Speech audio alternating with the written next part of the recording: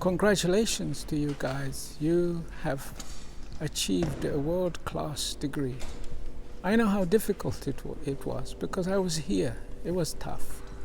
But you have taken away a great achievement, but now you must go and use it.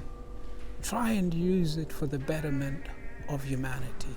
We have some extraordinary challenges to face.